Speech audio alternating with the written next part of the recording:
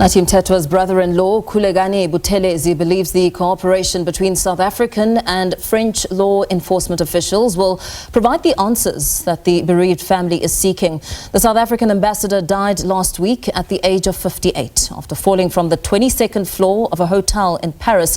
For an update on this, we cross live to SABC News correspondent William Denselow in Paris. Good afternoon to you, William.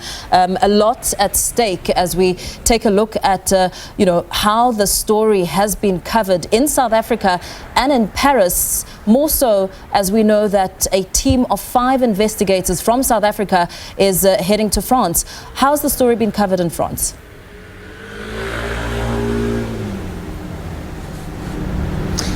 Well, when it comes to France, obviously it made national news at the time a week or so ago, and obviously reverberating especially in diplomatic circles here in Paris. And when it comes to the wider news agenda here in the French capital and beyond in the country, well, the news agenda, it moves on to a certain extent, considering the fact that just today we've had the news that the government here in France has collapsed. So major domestic news here in Paris, reverberating across the country. Now, yet again, a government lasting just a matter of days rather than years. This has been an immense period of turmoil in French politics, so that very much dominating proceedings. But of course, for those that are tracking this story here in France, well, certainly waiting developments. There have been swirling rumours online, of course, to the nature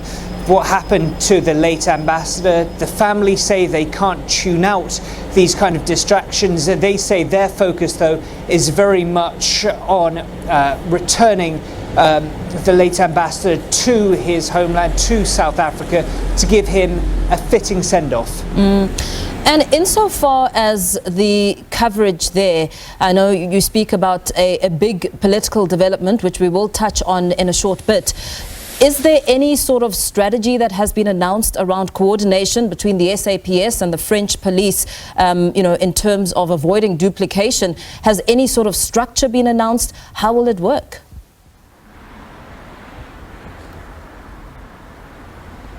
Well, there's been a large amount of radio silence on both sides, awaiting updates from French authorities on their end as to how things exactly will be coordinated. On the South African side, colleagues at SABC stating that really the first port of call is a degree of paperwork at those administrative hurdles that need to be overcome before fully launching this investigation. We do, however, have these statements that investigators have released that 5 of these investigators will be coming here to the French capital. They say, as you rightly mentioned, that their work, they say, will be to ensure the circumstances are thoroughly and transparently investigated. Important to note that this isn't due to any kind of feelings of incompetencies, discrepancies in how they feel that the French investigators are handling things. This is purely to provide supplemental support as far as they're concerned. That's been a point reiterated by the family, saying that they had been satisfied with the French authorities, but they certainly welcomed the South African involvement. But of course, a degree of frustration that things aren't moving further. There were hopes that this autopsy would come through as early as today. Still hopes on that regard, but at the moment, a degree of radio silence from the authorities. As you touch on the political developments there with the French Prime Minister Khulekani's resignation, how much of a spanner in the works does it throw in for French President Emmanuel Macron?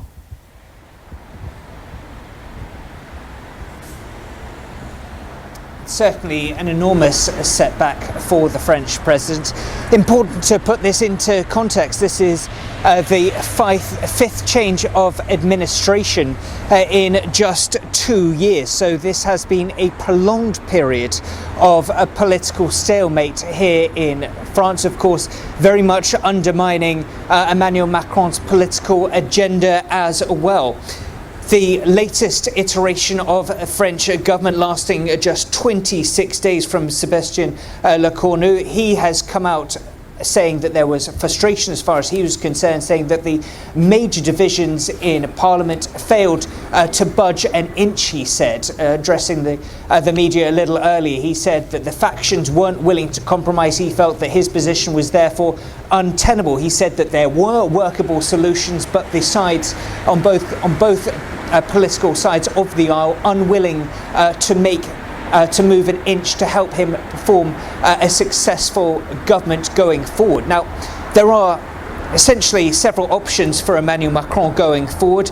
He could resign from office. That would be the nuclear option in many ways. There is the possibility of calling for fresh elections, see if that would shake out things differently in Parliament. And of course, there's the appointment of a new Prime Minister. That is a route he's taken over the past few months. So far, nothing's been able to stick quite yet.